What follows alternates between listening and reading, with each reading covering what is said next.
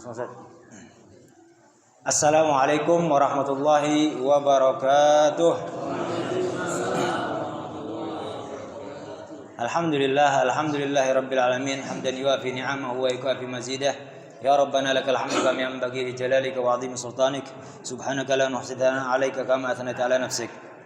Allahumma salli wa sallim ala sayyidina Muhammadin al-Fatih lima ughliq wal khatim lima sabaq nasiril haqq bil haqq wal hadi ila siratal mustaqim wa ala alihi wa sahbihi haqqa qadrihi wa miqdarihi al-'azim. Subhanaka la ilma lana illa ma 'allamtana innaka antal alimul hakim. Rabbi israh li sadri wa yassir li amri wa hlul 'uqdatam min lisani yafqahu qawli. Rabbi zidna ilman warzuqna fahman. Allahumma iftah 'alaina futuhal 'arifin wa hifdzal mursalin wa ilhamal malaikatil muqarrabin. Amin ya Allah ya rabbal alamin. Amma ba'du. Jamaah Majelis Ta'lim Masjid Jami Al-Falah yang saya hormati, dan juga para alim ulama, para habaib, para sesepuh dan juga tokoh masyarakat, wabil khusus para habaib, para asatid yang memang sudah bersama kita, yang mana mohon maaf saya tidak sebutkan satu persatu, namun dengan kehadiran beliau-beliau ini, majelis kita ini mudah-mudahan bertambah lebih berkah lagi. Amin ya Allah ya rabbal alamin. Mudah-mudahan beliau diberikan panjang umur dalam keadaan sehat walafiat. Amin ya Allah ya rabbal alamin.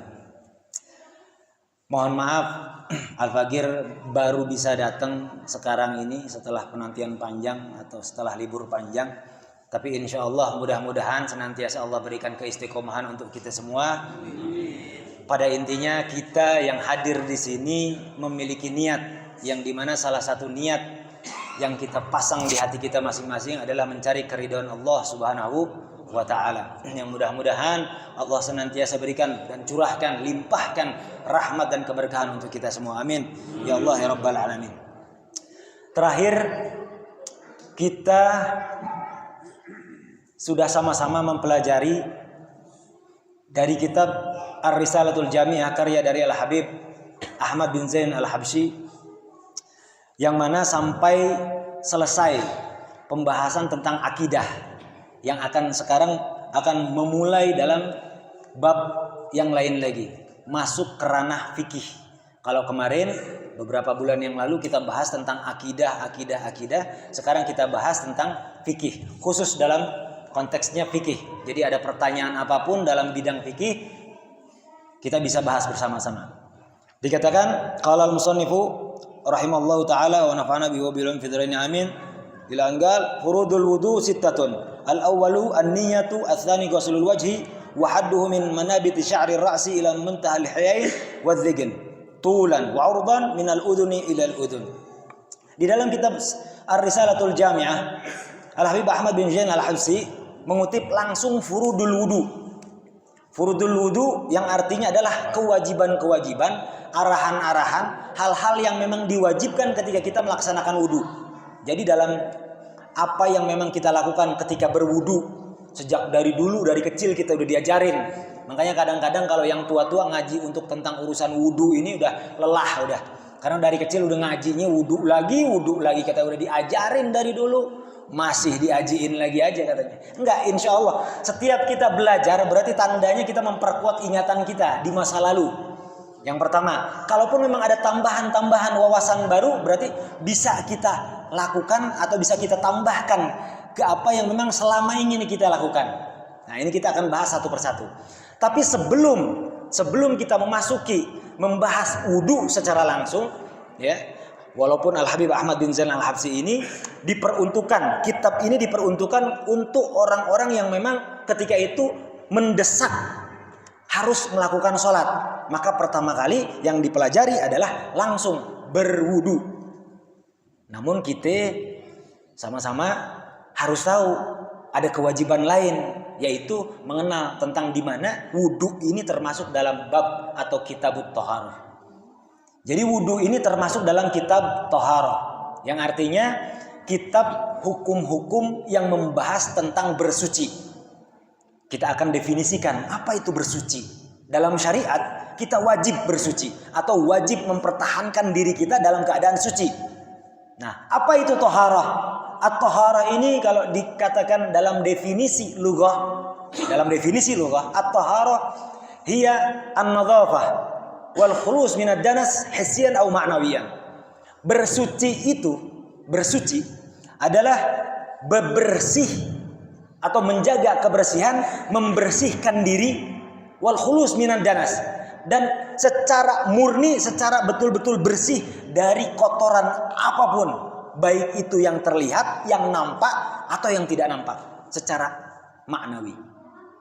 Jadi kalau dibilang, kalau kita babnya toharoh, kalau dalam syariat, kita ngaji syariat ini, jadi kita harus mengerti tentang apa yang memang dilakukan oleh kita, apa yang dirasakan oleh kita. Jadi kebersihan itu jadi luar, atau kalau dibilang zahir dan batin. Kebersihannya zahir dan batin. Makanya didefinisikan di dalam lughatan, kebersihan atau kesucian yang dimaksud itu adalah kebersihan secara menyeluruh. Kebersihan secara menyeluruh itu baik dari tubuh kita, pakaian kita, tempat tinggal kita. Itu semua dianjurkan, bahkan diwajibkan untuk kita jaga selalu dalam keadaan bersih dan suci. Kalau maknawi seperti apa? Kalau maknawi itu seperti apa? Seperti higid, penyakit-penyakit atau kotoran-kotoran yang ada di dalam hati atau pikiran kita. Pikiran-pikiran yang kotor, hati-hati yang kotor, ada suka dengki sama orang lain, iri sama kepunyaan orang lain, dan lain sebagainya. Itu kotoran-kotoran yang perlu dibersihkan, dan itu wajib hukumnya dalam syariat. Nah ini kita babnya memang bab toharoh. Masya Allah. Maafin. Nah ini, namun bab yang sekarang kita tidak bahas tentang itu, karena nanti bab mensucikan diri secara ma'nawi kita akan bahas di kitab ini, kitab yang sama di akhir nanti. Jadi babnya ya bukan sekarang, tapi akan kita bahas di kitab yang sama nanti di ujung kitab ini. Al-Habib Ahmad bin Zain Al-Habsyi mengarang kitab Ar-Risalatul Jami'ah dibagi menjadi 3 bagian.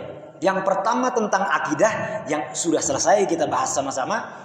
Sekarang kita masuk kepada bab atau pembahasan tentang fikih, khusus tentang hukum-hukum syariat. Nanti di kemudian hari ya kita akan selesaikan di bab terakhir atau pembahasan terakhir, yaitu tentang tasawuf. Bagaimana Al-Habib Ahmad bin Zain Al-Habsyi ini mengarahkan kita untuk bisa mensucikan, membersihkan diri kita dari kotoran-kotoran batini. Lalu secara syariat apa? Raf'ul hadas au izalatin najas. Kita sederhanakan saja definisinya. Yang namanya bersuci itu mengangkat hadas atau menghilangkan yang najis. Sederhananya begitu. Definisi secara syariat yang namanya mensucikan atau bersuci adalah mengangkat yang hadas atau juga menghilangkan yang najis. Kalau kita ada hadas disebabkan oleh apa? Nanti kita bahas. Najis akan disebabkan oleh apa? Nanti kita bahas. Yang penting kita ketahui bahwa bersuci untuk apa? Untuk menghilangkan hadas kita dan menghilangkan najis dari tubuh kita, dari pakaian kita, atau dari tempat tinggal kita. Itu namanya bersuci. Nah, bersuci ini ada 2 kategori. Kalau kita bagi menjadi 2, nah, yang pertama bersuci itu, yang pertama ada maqasidut thaharah. Ada tujuan atau ada pelaksanaan bersuci. Suci itu atau bersuci seseorang itu dalam syariat, dalam hukum fikih, itu bisa dilaksanakan dengan apa? Nah, ini dikatakan maqasid. Tujuan-tujuan atau pelaksanaan bersuci itu ada beberapa hal.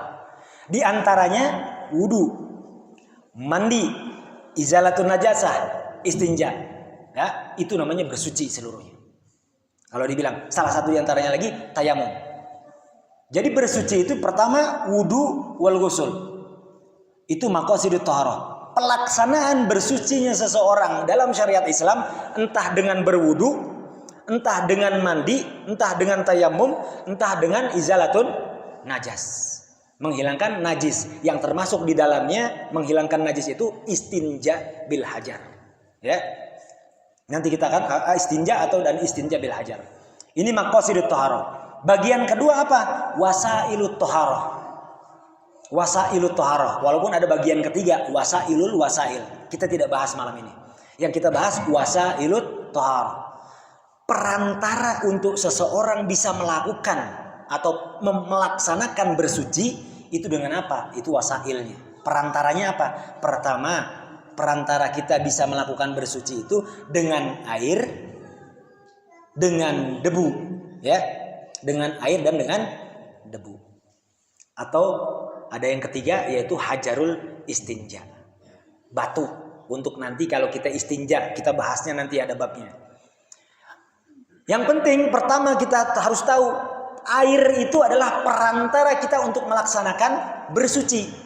Maka kita harus mengenal air yang seperti apa yang harus kita ketahui, yang bisa kita pakai untuk bersuci. Air kalau kita kategorikan ada 2 kategori. Dari seluruh air yang ada hanya 2 kategori. Mana zala minas sama au mana ba'a minal ardi. Air seluruh yang ada di muka bumi ini itu hanya 2 kategori. Kalau kita bagi secara global hanya 2 bagian. Yang pertama turunnya dari langit, atau yang tumbuh atau yang keluar dari bumi. Berbagai macam. Ini dipecah belah lagi kalau dalam fikih itu didetailkan lagi. Namun kita tidak terlalu detail karena kita mengejar apa yang memang kebutuhan kita malam hari ini. Mana zala minas sama, sesuatu yang turun dari langit, berbagai macam, banyak sekali. Yang kita kenal mungkin hujan aja, karena kita tahunya di sini hujan aja. Kemarin katanya beberapa hari ini hujan aja terus. Tapi ada lagi yang turun dari langit itu air embun. Itu pun air. Kalau dikumpulin bisa jadi, ya enggak, seteko bisa jadi. Bahkan banyak itu air. Bisa segalon dan lain sebagainya. Air embun pun bisa digunakan untuk berwudu. Kalau dikumpulkan. Air hujan bisa. Sudah jelas. Terus apa lagi? Salju. Di kita mah enggak ada. Salju pun kalau kita cairkan lalu kita pakai untuk berwudu bisa. Atau enggak kita cairin dulu. Kalau seumpama kita langsung taplok-taplokin aja. Kalau emang cair boleh, kayaknya. Benjol enggak, beku iya gitu. Kalau mau pakai salju. Kalau pengen nyobain dulu air es. Nah, air keran kalau seumpama kita masukin tuh, misalkan ke mana? Ke kulkas lalu dipakai berwudu, boleh apa enggak? Air es nih. Kita pakai air es, mau dipakai untuk wudu, boleh apa enggak? Boleh, kalau ngomong boleh mah, tapi hukumnya ada lagi. Apa? Hukumnya makruh. Nah, kalau ngomong boleh. Air mendidih kita pakai berwudu, boleh. Lah kali debus ya, kuat dia ya. Pakai air mendidih, kagak melotok ke mukanya. Kalau kuat ya, boleh, tapi hukumnya ada lagi. Apa? Makruh. Kalau seumpama misalkan mendatangkan penyakit atau bisa merusak kemudian kulitnya atau bisa mendatangkan penyakit bagi tubuhnya, bukan lagi makruh hukumnya, tapi haram. Kalau fikih itu begitu aja dah, ya. Pertama boleh enggak? Kita lihat dulu hukum aslinya, boleh. Ya udah boleh. Tapi jangan menelantarkan atau jangan menutup mata kita untuk melihat hukum lain dari menggunakan hal tersebut. Nah, tadi kalau langsung mau pakai aja. Tapi kalau seumpama itu syadidul burudah atau syadidus suhuna, maka ada hukum lain yaitu makruh. Kalau bisa menimbulkan penyakit berarti haram. Jelas ya. Itu semua air yang turun dari langit, baik itu air salju, ya, hujan salju atau hujan biasa, hujan es atau embun sekalipun bisa digunakan untuk berwudu. Itu yang pertama. Lalu ada yang memang timbulnya yang keluarnya dari bumi. Nah, kalau yang dari bumi banyak macamnya nih. Karena air kelapa pun dari perut bumi. Hanya saja diproses oleh tumbuhan yang mana ditampung oleh si buah kelapa. Jadilah air. Makanya ada yang nanya, Ustaz, berarti kalau semua timbulnya dari perut bumi atau yang memang adanya air itu dari bawah bumi kita, air kelapa pun air. Kalau dikumpulin tuh air kelapa, lalu kita pakai wudu, bisa apa enggak? Nah ini pertanyaannya. Kalau kita mau pakai wudu air kelapa, enggak boleh. Kalau air kelapa tuh kasih gula, kasih es, diminum seger. Itu jangan dipakai wudu, ya. Air kelapa nggak bisa dipakai wudu. Karena apa? Tidak termasuk air mutlak. Maka kalau dibilang wudu itu harus menggunakan air yang mutlak. Apa air yang mutlak itu? Air mutlak itu malayugayyid digayyidin lazim. Kalau dikata air ya air. Misal pertama kali dia di botol, air botolan, air kemasan botol. Kalau seumpama gelas, misalkan airnya mineral gelas, dipindah-pindah tuh air berubah ikatannya atau berubah namanya. Enggak pindah-pindah, berpindah namanya. Tapi kalau air kelapa dibotolin, dinamain air apa? Air kelapa. Dikegelasin, air apa? Air kelapa. Dimasukin galon, air kelapa. Dimasukin drum, air kelapa. Itu air kelapa, kelapanya nggak hilang-hilang, berarti bukan air mutlak. Begitu aja. Sama kayak kopi, sama teh, sama juga air apapun. Kalau kagak hilang-hilang tuh nama air, maka bukan air mutlak. Itu kaidahnya. Nggak bisa dipakai wudu. Air gula, misalkan airnya bening, tapi udah dikasih gula, gitu kan? Pas ditanya sama orang, dicicipin manis, air gula nih mah. Itu mau dikemanain, dibawa-bawa tuh air gula, si gulanya kagak bakalan lepas. Berarti nggak bisa dipakai Kaidahnya begitu aja, gampangnya begitu aja. Jadi nggak usah banyak lagi pertanyaan, yang penting kita tahu kaidahnya. Selama tuh air bisa terlepas dari ikatan namanya, maka bisa dipakai wudu. Jelas ya?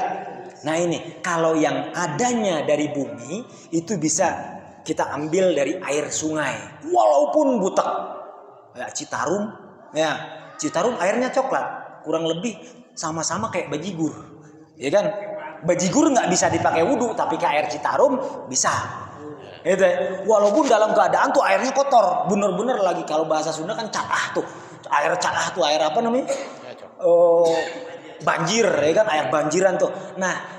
Ketika air banjir sekalipun, air warna coklat, wah luar biasa coklatnya, kita pakai wudhu boleh, nggak perlu tamperin dulu, bahasa Sunda tuh tamper itu nggak perlu saring dulu atau diendapkan dulu, nggak perlu, langsung aja udah sah. Pakai air sungai, kecuali air sungainya tercampurnya itu dengan sesuatu yang memang air itu tidak butuh, seperti contoh limbah industri. Itu ada di daerah, misalkan kita contohnya lagi daerah sana, sedikit ke arah sana, memang ada industri yang lebih banyak di sana, Banjaran ke sana misalkan, kan itu ada air-air sungai yang memang sudah terkontaminasi air-air limbah. Memang airnya terlihat coklat, tapi ada bau yang lain. Nah, baunya itu kontaminasi dari apa? Memang itu tempat alirannya berbau, atau mungkin ada tambahan lain dari limbah-limbah, misalkan limbah-limbah industri. Maka digunakan air tersebut untuk wudhu sudah tidak lagi sah, udah nggak bisa. Kenapa? Karena kontaminasi dari limbah yang air tidak butuhkan kontaminasi itu. Campuran itu tidak air butuhkan. Jelas ya? Air udah bukan warna lumpur lagi, warnanya sudah hitam, warnanya sudah merah, warnanya sudah biru. Oh berarti ini limbahnya tekstil. Air sudah baunya coklat, baunya apa dan lain sebagainya, baunya ban dan lain oli. Oh berarti limbahnya apa? Itu sudah tidak bisa digunakan. Kecuali memang di jalur air tersebut, contoh si selokan itu tadi, sungai itu tadi, memang ada diperbaiki agar tidak ada longsoran, diperbaiki oleh pengaspalan. Lalu setelahnya ada bau aspal-aspal yang memang sebelumnya itu digunakan untuk perbaikan si sungai tadi atau selokan tadi, ya.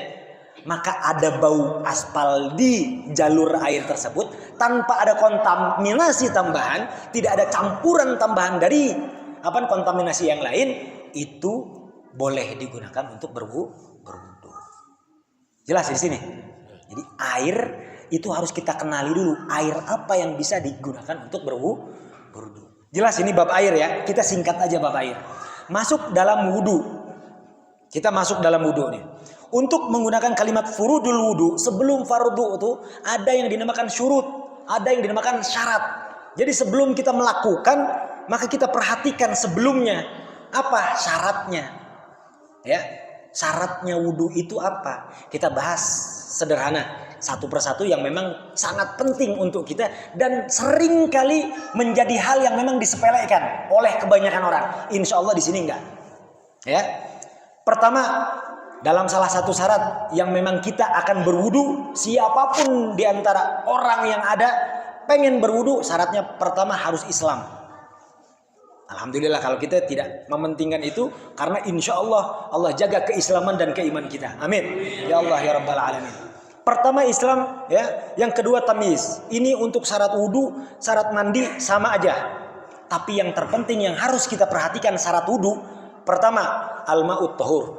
Ya, yang tadi kita bahas tuh. Airnya kudu suci. Dan suci pun tidak hanya suci, tapi sucinya mensucikan. Suci mensucikan baru bisa digunakan untuk berwudu. Kalau hanya suci saja maka tidak bisa digunakan untuk berwudu atau mandi. Mandinya mandi apa dulu nih? Mandi wajib, mandi sunnah. Kalau ada air yang suci, air suci nih tidak mensucikan. Air suci tapi tidak mensucikan. Kita gerah nih, kepanasan di jalanan, pengen mandi pakai air itu boleh, nggak dilarang. Tapi kalau mandinya wajib, mandinya sunnah, itu ada syarat. Apa syaratnya? Syaratnya harus yang suci dan bisa mensucikan.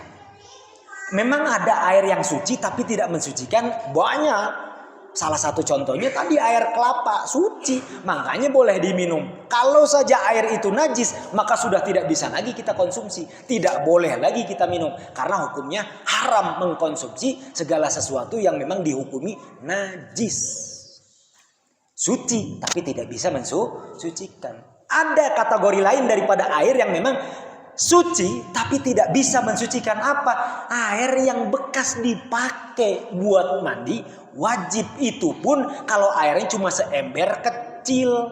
Kenapa? Karena dianggap air itu mustakmal. Gimana air itu dianggap mustakmal? Contoh, kita punya air satu ember. Kita punya air satu ember. Kita kebetulan ada janabah, ada junub, kudu mandi wajib, ya. Atau taruhlah wudu, kita mau sholat terus kita wudu. Kita wudu dari air itu. Setelah kita wudu basuhan pertama, lalu basuhan pertama atau kita membasuh muka yang pertama tadi langsung di dalam ember tadi, maka sisanya sudah tidak bisa lagi digunakan untuk berwudu. Kenapa? Karena menjatuhkan sisaan air yang kita basuh untuk mengangkat hadas ke dalam air yang tidak terkategorikan air yang banyak. Karena kurang dari 2 kulah ini. Jadi kalau masuk lagi tuh air, kita wudu langsung di dalam ember, udah nggak sah tuh dipakai untuk membasuh selanjutnya. Jelas ya? Jadi udah nggak sah. Makanya digunakanlah pakai keran. Atau kalau orang-orang zaman dulu itu kalau di rumahnya pakai bak, di rumah kita yang pakai bak nih, perhatiin baik-baik, jangan langsung kita serok dari bak. Mendingan kita ambil tuh kaleng cat yang plastik, ya, atau gayung tuh kita bolongin kecil, jadi nanti wudunya nggak usah nyalain keran, nyalain canyo, ya, tapi cukup dari sini aja biar kecil keluarnya, ntar nggak buang-buang air juga, udah gitu itu bisa lebih bersih, lebih yakin gitu bahwa air itu bisa digunakan untuk bersuci. Jelas di sini ya. Ini yang pertama tadi. Pertama tadi kita bilang airnya itu harus suci, mensucikan. Jadi kalau pakai kopi nggak bisa, ya. Kopi, ya, kalau kopi kita di luar nanti. Selesai ngaji kita kopi dah, ya. Kopi, teh, air kelapa dan lain sebagainya tidak bisa digunakan untuk berwudu. Yang bisa air sumur, air air sungai tadi, air laut, walaupun rasanya asin, ya, itu semua bisa digunakan untuk berwudu. Jelas di sini. Harus menggunakan air yang suci dan mensucikan. Itu tadi syarat yang pertama, yang penting. Islam dan tamyiz sudah jelas tadi. Jadi syaratnya ada 3 nih. Yang penting, yang tak kalah pentingnya daripada syarat berwudu.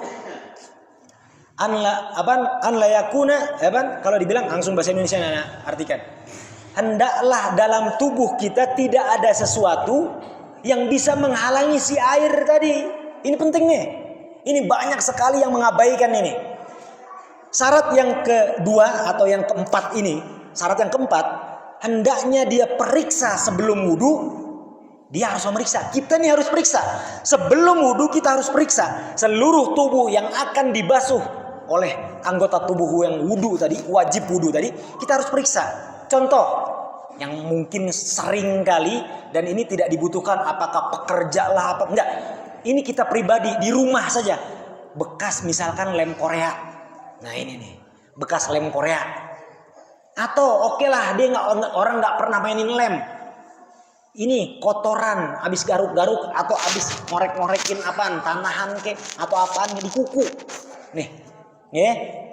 Ini karena kotoran yang memang ada di dalam sela-sela kuku kita, kalau memang masih hitam, lalu menghalangi air masuk meresap ke dalam bagian tersebut, maka tidak sah wudunya. Itu baru kuku yang hitam. Jadi terus bagaimana dong solusinya? Solusinya mudah. Maka itu dalam wudu nanti ada kesunahan yang dinamakan kesunahan membasuh tangan. Kita gunakan itu. Ketika basuh tangan, periksa kembali kuku-kuku kita. Jadi ketika membasuh tangan itu bukan asal ya gitu kan. Terus langsung basuh, ternyata kuku masih hitam, bukan. Jadi ketika kesunahan basuh tangan itu agar kita bisa memeriksa kuku kita atau anggota tangan kita ini terbebas dari sesuatu yang menghalangi air ke dalam kulit atau tidak.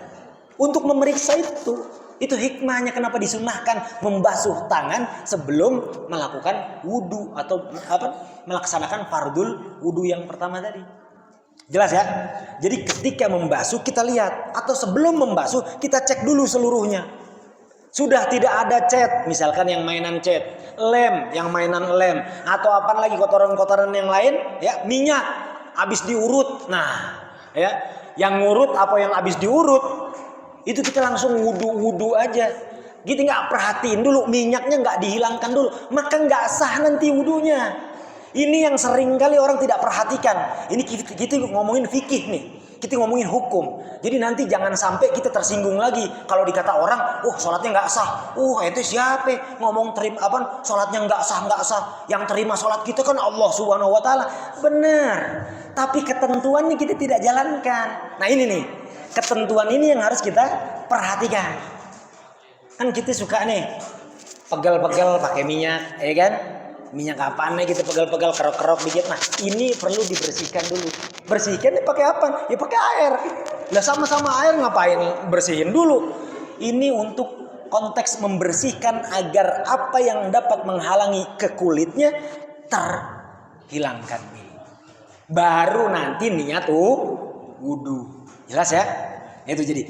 Itu syarat yang keempat tadi ya. Kita ambil satu lagi syarat yang sangat penting. Apa syarat yang sangat penting lagi? Syarat yang sangat penting lagi adalah tidak boleh ada di anggota tubuh yang akan dibasuh dengan air wudu, ya, sesuatu yang dapat Sesuatu yang dapat mencampuri air atau mengotori air dengan campuran kotoran yang ada di tubuhnya tadi. Jadi jangan sampai ada sesuatu yang dapat tercampur dengan si air wudunya. Contoh konkretnya nih. Contoh konkretnya apa? Misalkan kita lagi ngaduk semen. Nih, kita lagi kerja di rumah lagi ngaduk semen atau lagi apalah kerajinan apa, ya? Atau khususnya perempuan nih. Perempuan khususnya pas bagian wajah kan dia pakai bedak ya. Pakai apa lagi nama-nama apa namanya untuk make upnya tuh? Alas bedak, apa namanya? Condition apa pokoknya pokoknya namanya. Itu kalau wudu, jangankan wudu, dia keringetan aja itu udah luntur dia, ya. Suka pernah ngeliat begitu kan, udah luntur. Apalagi di wudu, langsung dia main wudu aja, ikut bareng lunturannya. Basuhnya cuma sekali, 3 kali pun tidak sampai bersih, masih ada sisa nih di pinggir-pinggiran matanya.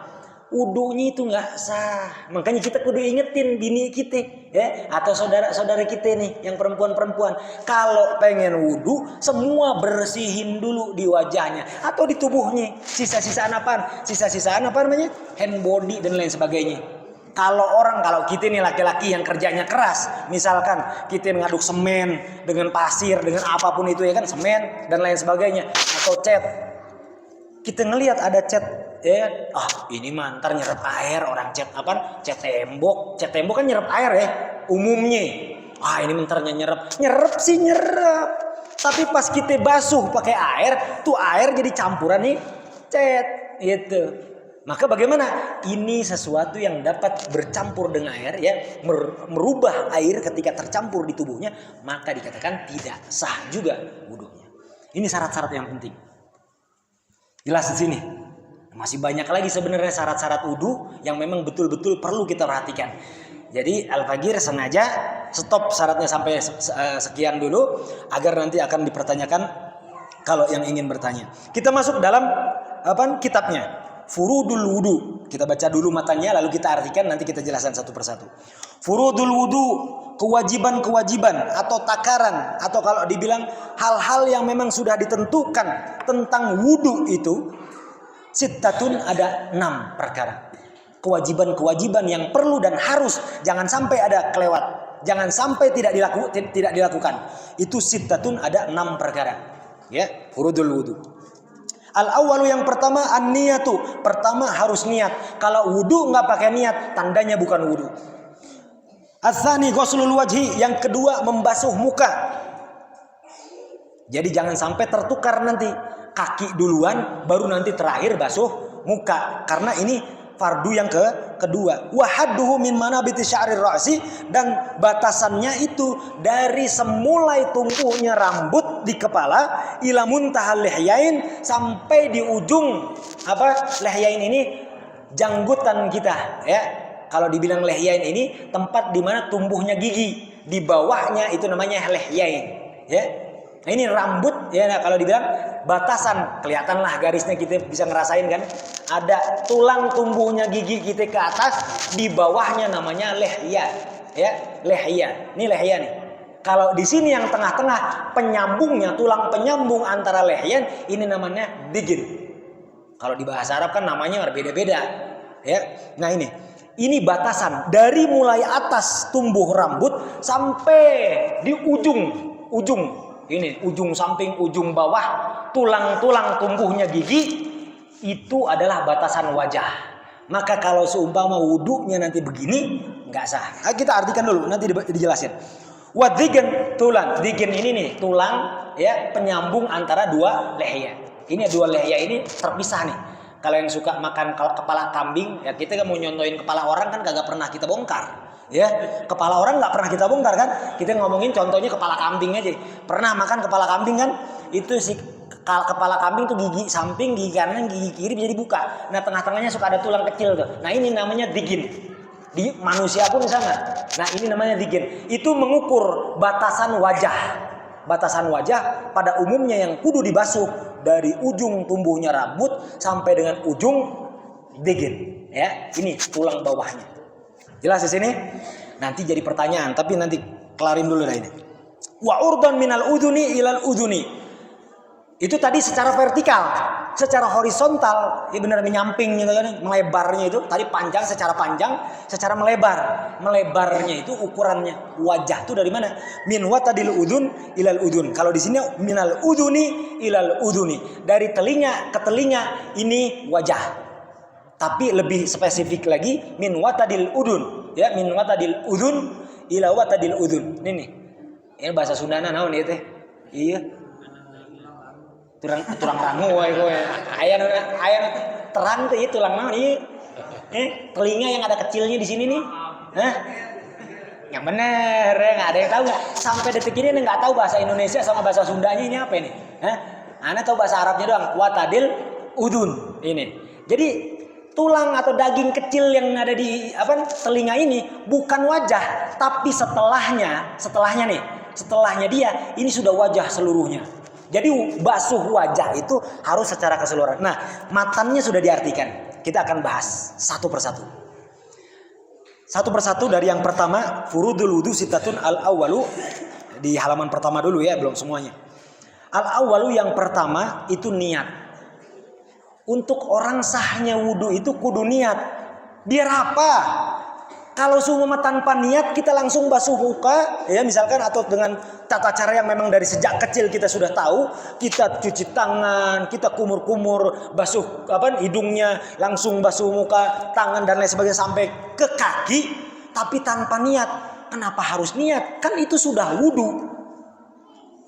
Pertanyaan ini ada 2 kasus. Kan itu sudah wudu. Oke, kenapa kok tetap wajib niat? Pertama, karena agar bisa kita bedakan mana adah, mana ibadah. Mana itu hanya sebagai kebutuhan pribadimu, ada yang memang dipertanyakan apakah itu memang itu adalah kebutuhanmu atau kalau dibilang kewajibanmu untuk ibadah kepada Allah Subhanahu wa taala. Dengan niat bisa kita bedakan. Bisa saja itu basuh wajah, basuh tangan, basuh dan lain sebagainya semuanya itu karena memang kepanasan di jalan. Maka tanpa niat tidak dihitung ibadah. Karena dahsyatnya wudu. Kalau bisa kita dawam wudu aja, Masya Allah luar biasa. Jangankan kita ketemu yang teman-teman sebaya aja, jangankan ketemu yang biasa-biasa, ketemu orang yang sulit kita ajak bicara, ketemu sama orang yang memang semena-mena dan atau kalau dibilang urusan-urusan kita, baru ngelihat wajah kita aja udah langsung tunduk tuh orang. Pakai dawam wudu, belum pakai komat kamit wirid-wiridan, belum. Pakai dawam wudu aja urusan kita pengen temuin siapapun yang dianggap sulit sama orang lain, bismillah, ada athar wudu di wajah kita. Semua orang silo udah, karena sebagai sinar yang memang secara maknawi yang Allah berikan di wajah orang-orang yang dawam wudunya. Itu pun kalau wudu pakai niat. Gak kelihatan sinarnya, ya. Mual serap ditinggali gawas gitu, mual ya. Tapi secara maknawi lamun serap mapan atau hese begaul jeung baturnya tuh. Nah, pertama niat.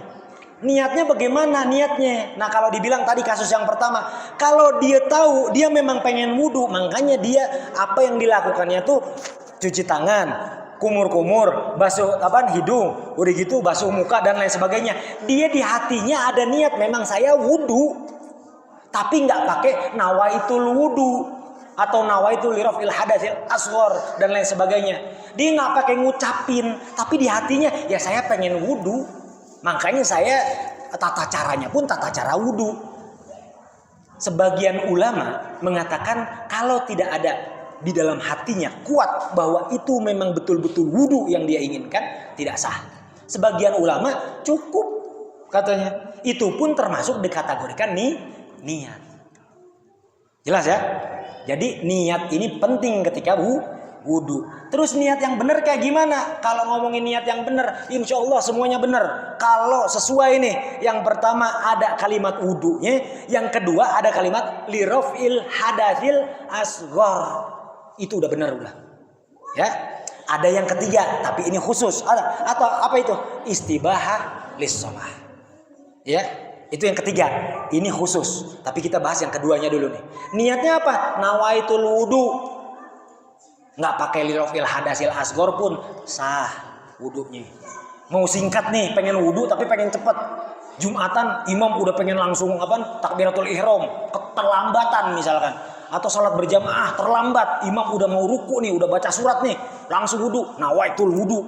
Jadi nggak perlu panjang-panjang nawaitul wudu lirafil hadatsil asghar, ya kan? Dan lain sebagainya. Lillahi taala. Buru-buru nawaitul wudu aja udah cukup. Yang sempurnanya yaitu nawaitul wudu lirafil hadatsil asghar lillahi taala. Jelas di situ ya. Nah, ini niat perlu dilakukan.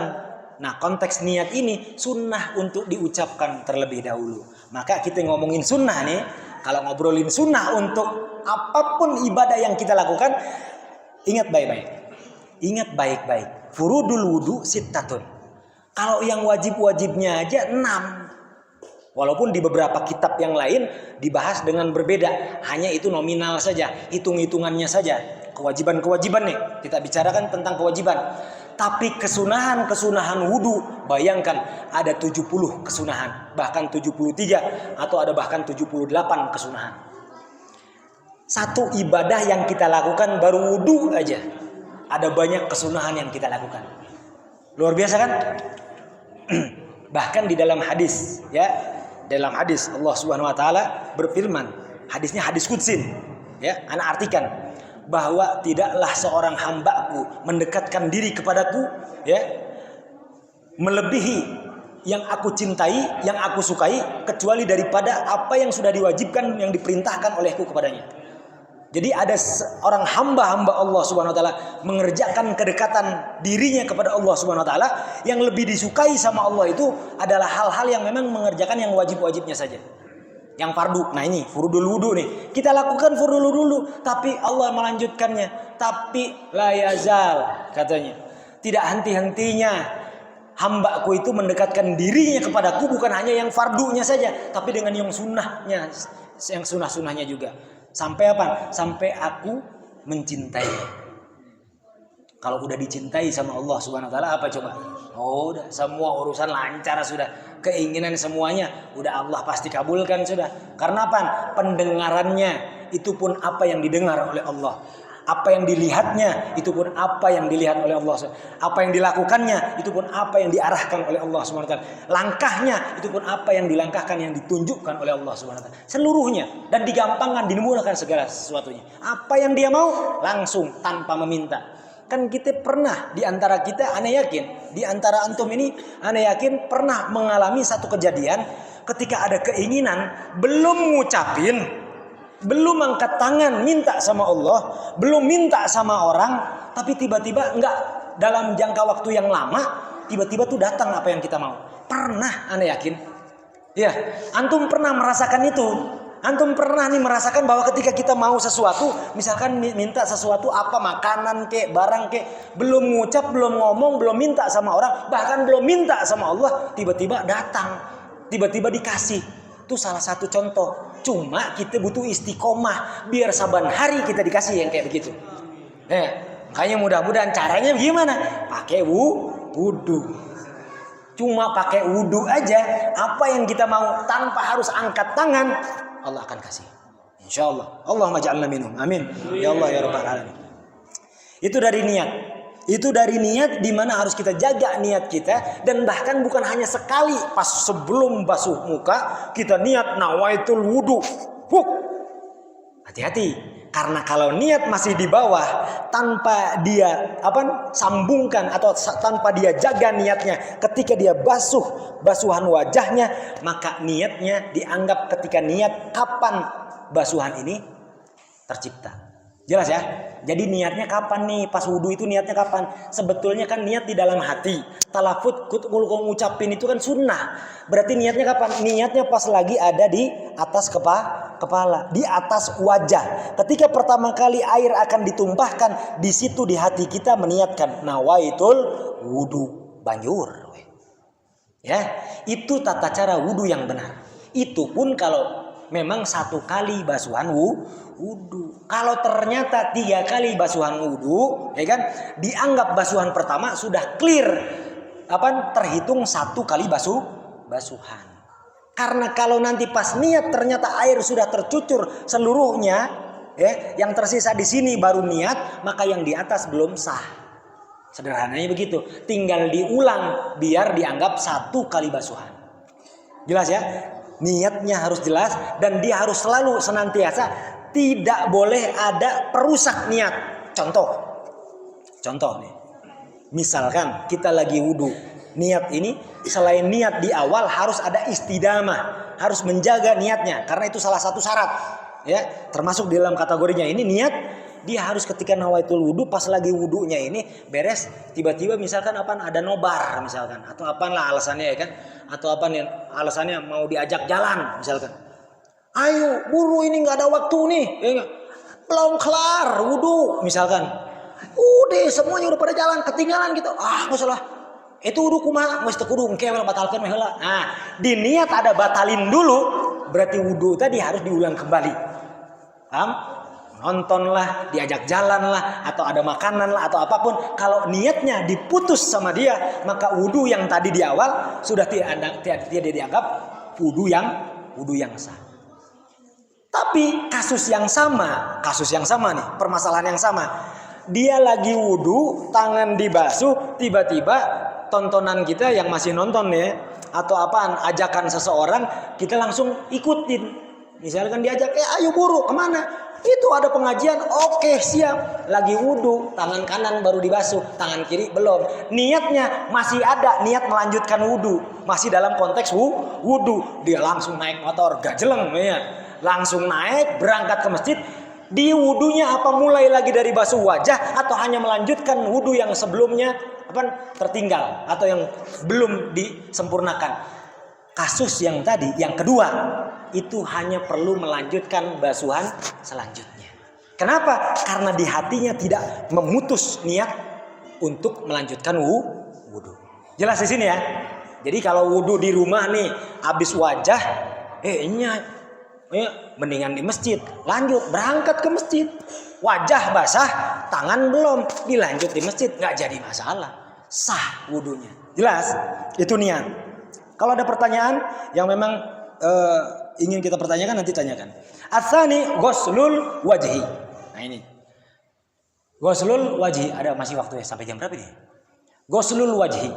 Yang kedua, rukunnya ghuslul wajhi, membasuh wajah. Nah, kita harus tahu membasuh itu seperti apa. Membasuh itu ada kategorinya atau definisinya. Membasuh itu jaryul ma' alal udwi. Membasuh nih jaryul ma' alal udwi. Meneteskan atau mengalirkan air. Jadi yang namanya membasuh itu air harus mengalir. Jadi tidak bisa hanya ada lembab-lembab basah tanpa air mengalir di anggota tubuh. Karena itu tidak dikatakan membasuh. Jadi nggak bisa kalau wudhu misalkan pakai lap, tapi lapnya udah diperes dulu. Lapnya diperes, lalu basuh wajahnya pakai lap misalkan. Bisa apa enggak? Enggak bisa. Kenapa? Karena tidak mengalir airnya. Tidak ada air yang mengalir. Karena wajah butuh untuk dialiri air. Butuh dibasuh. Jelas ya? Wajah butuh dibasuh sampai airnya mengalir. Jadi kasus yang sama kalau dia mau wudhu pakai lap misalkan. Tapi air yang ada di lap itu tidak diperas. Masih dalam konteks bercucuran. Lalu kita ambil lapnya tadi, nawaitul wudu misalkan dari sini langsung nawaitul wudu. Si air terus mengalir, bertetesan, bercucuran. Sah atau tidak wudunya? Sah wudunya. Karena apa? Definisinya kita perhatikan. Definisinya karena air yang ada di wajah, ada yang di lap tadi masih menetes atau mengalir di anggota wajahnya. Batasannya tadi wajah bagaimana?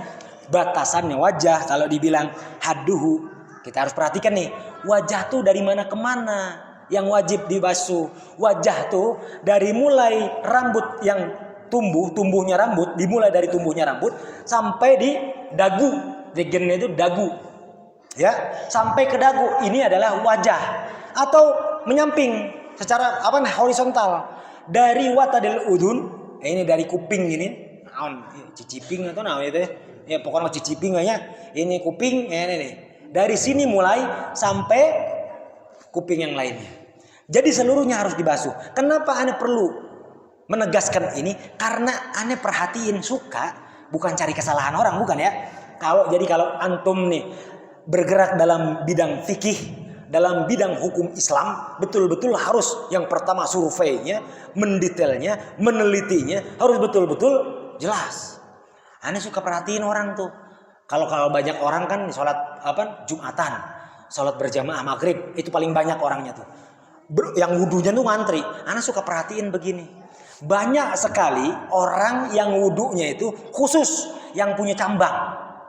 Wudu begini aja, yang dibasuh cambangnya tanpa melanjutkan sedikit tambahan di belakang cambangnya, sehingga apa yang ada di belakang cambangnya masih termasuk wajah tidak terbasuh. Terlihat kering, jelas terlihat kering. Sah atau tidak wudunya? Tidak sah. Karena apa? Karena batasan telinga itu dari ini tadi Anda bilang tadi ciciping lah ya, daging kecil nih. Dari yang kecil ini nih, kuping ini, yang daging kecil itu ya itu. Setelahnya ini tutupin dikit, kesananya itu wajah. Berarti setelah nih cambang ini suka terhalangi, khususnya yang rambutnya panjang. Kalau orang gak ada cambangnya mah ya nggak usah dibahas dah. Kalau nggak ada cambangnya, udah pasti kena dah ya. Tapi ada juga, ini kebanyakan sih bocah, kebanyakan anak kecil. Wudunya begini nih, si tangan ini begini, air langsung begini, kagak nampung sama sekali. Tas segini, nah. Ada orang begini. Ada yang masih begitu, yang udah tua pun ada, tapi jarang banget. Yang kebanyakan anak kecil ini biasanya. Nah, harusnya dia tampung sedikit begini, dia mengusapnya tuh tangan si jempol ini main, ya kan? Dilebarkan. Jadi jangan begini doang nih kalau wudu, ya. Dilebarkan. Nah, semuanya. Jadi air tumpah semuanya terusap.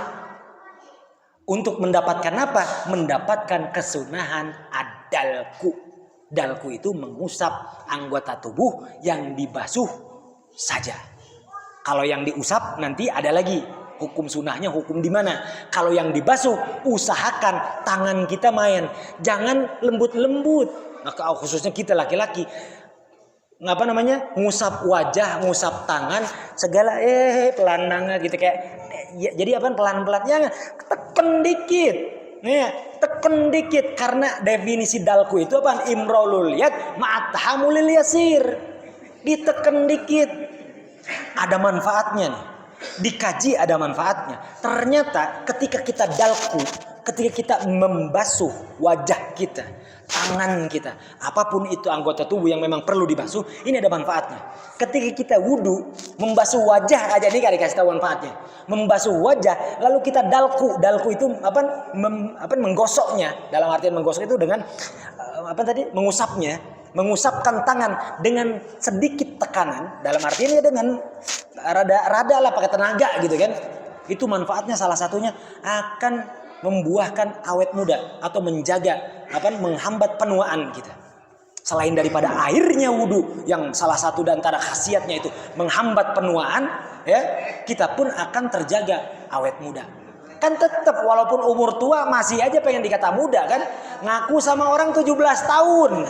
Ya, kalau ngaku sama orang 17 tahun tapi muka udah boros kan nggak bisa. Coba kalau wudunya rutin, ya, wudunya rutin, mengikuti sunnah-sunnahnya, Allah jaga dengan sinarnya, manfaatnya, khasiatnya air wudu dan kesunahan wudu, muda walaupun umur sudah tua. Kan kita pengen begitu. Makanya cukup dengan air wudhu kita jaga. Satu, tadi yang kedua nih, ghuslul wajhi, membasuh wajah itu dengan berikut. Kita ambil juga kesunahannya. Apa kesunahannya? Adalku tadi. Membasuh seraya dengan mengusapkan tangan dengan sedikit tekanan. Agar apa? Ya banyak sekali manfaatnya. Yang pertama, tadi Ana udah bilang, untuk bisa membantu awet muda, ya. Ya tapi yang terpenting manfaatnya adalah membantu kita agar apabila ada kotoran yang masih menempel, entahkah kotorannya hasil daripada tempelannya keringat yang bercampur debu di wajah kita, ya, itu bisa membantu air lebih menyerap ke wajah atau anggota tubuh kita. Jadi kurang lebih itu manfaatnya adalah itu begitu. Jelas ya? Jadi membantu untuk bisa menyerapkan si air wudu tadi ke anggota wajah kita. Jelas ya? Jadi ketika wudu itu dengan cara yang benar. Batasannya sudah jelas. Dan yang dibasuh itu apa aja? Sudah jelas tadi batasannya wajah itu dari atas tumbuhnya rambut sampai ke dagunya dia, lalu dari ujung telinga ke ujung telinganya dia. Itu apakah yang dibasuh hanya kulitnya saja atau seluruh yang ada di wajahnya? Betul, yang kedua lah yang harus dia basuh. Yang harus dibasuh itu seluruh apapun yang ada di wajahnya wajib dibasuh. Jelas, apapun yang ada di wajahnya wajib dibasuh. Sya'ron wa basaron, ausilatan ditambah ketiganya. Entahkah itu kulit wajahnya atau seluruh bulu atau rambut, ya bulu lah bahasanya kan, bulu wajahnya, apapun itu, ya, atau bahkan kalau silah ini daging jadi atau ada sesuatu tambahan. Kalau dibilang kutil atau dibilang apa? Bukan aib. Ada sesuatu yang memang sebagai kelebihan yang Allah berikan. Misalkan di hidung ada dua, misalkan hidung. Misal aja, ya. Atau ada apa lagi di samping hidung atau di samping pipi apa segala macam. Ada tumbuh daging yang lain atau anggota tubuh yang lain, maka itu pun perlu dibasuh. Seluruh apapun yang ada di wajah wajib dibasuh. Rambut, ini yang perlu diperhatikan. Kita ini laki-laki biasanya punya alis tebal, punya alis tebal. Kalau perempuan kebanyakan tipis alisnya. Kenapa? Ana berani katakan itu karena kebanyakan perempuan yang pakai pensil alis. Nggak ada laki-laki pakai pensil alis, ya? Ada nggak laki-laki pakai pensil alis? Ada nggak? Nggak ada kan? Berarti ya alisnya tebal. Nah ini kita ngomongin kalau alisnya tebal, kalau bulu di jidatnya tebal, kalau di cambangnya tebal. Nah kita ngomongin nih, kalau di cambang nih, ini cambang nih. Kalau ini kalau di sini kita godegnya. Ini cambangannya di sini. Cambang kalau kita ngomongin seluruhnya kan. Kita ambil satu dulu. Seluruh bulu, seluruh rambut yang tumbuh di wajah kita. Nih, kumis, alis, bulu mata, semuanya. Kalau tebal itu tetap harus dibasuh sampai ke akar-akarnya. Wajib. Hukumnya wajib. Wajib dibasuh. Ya, seluruh rambut yang tumbuh di wajah seorang lelaki khususnya, ya, seorang khususnya seorang laki-laki dan perempuan secara umum ini wajib dibasuh ke akar-akarnya. Kalau laki-laki ada yang dikecualikan. Apa laki-laki? Dikecualikan janggut dan kumisnya. Ya, janggut secara keseluruhan dari mulai awal sini, ya. Ini namanya lihyain ini dan juga apa? Yang ada di janggutnya dan kumisnya. Nah, ini dikecualikan. Jelas? Dikecualikan bagaimana? Kalau tebal, kalau janggutnya tebal, itu boleh luarnya saja. Kalau janggutnya tebal, kalau janggutnya tipis, tetap hukum awal yang digunakan. Apa? Harus membasuh sampai ke akarnya.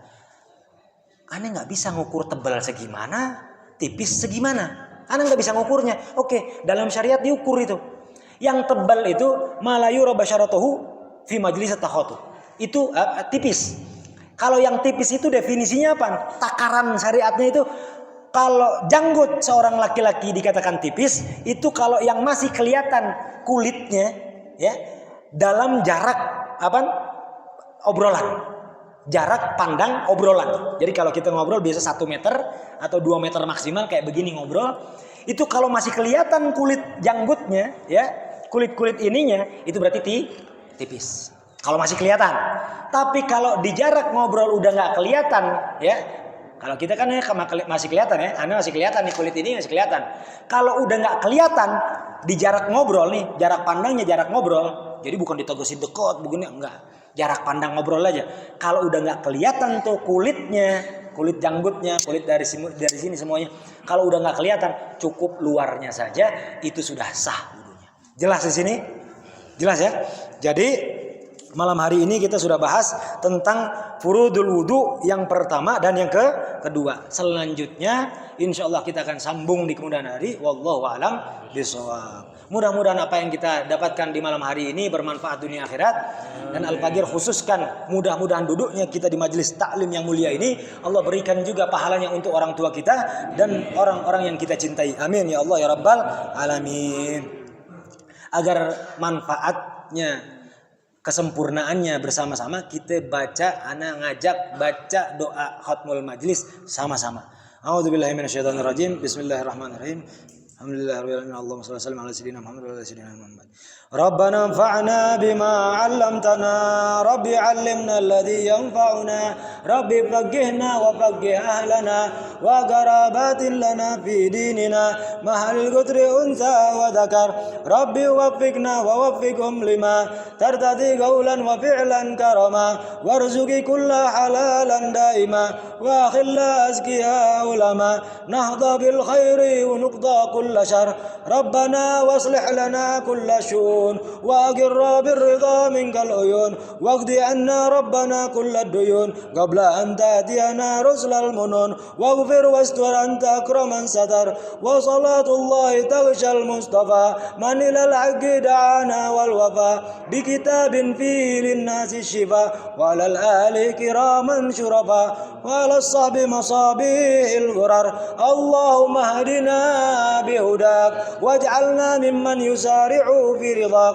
ولا تولنا وليا سواك ولا تجعلنا ممن خالف أمرك وعصاك حسبنا الله ونعم الوكيل نعم المولى ونعم النصير ولا حول ولا قوة إلا بالله العلي العظيم.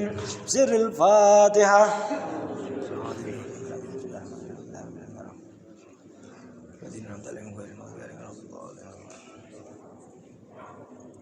Alhamdulillah, Al-Fagir ingin tanya untuk penghujungnya, apakah apa yang dijelaskan tadi paham? Paham ya, insyaallah ya. Biar membebaskan tanggung jawab Al-Fagir dunia akhirat nih. Karena kalau udah paham seluruhnya, alhamdulillah, semoga bermanfaat dunia akhirat. Kalau ada pertanyaan silahkan pertanyakan, ya. Kalau pertanyaannya nanti sambil ngopi, ya kita ngopi sama. Wallahu a'lam. Wassalamualaikum warahmatullahi wabarakatuh.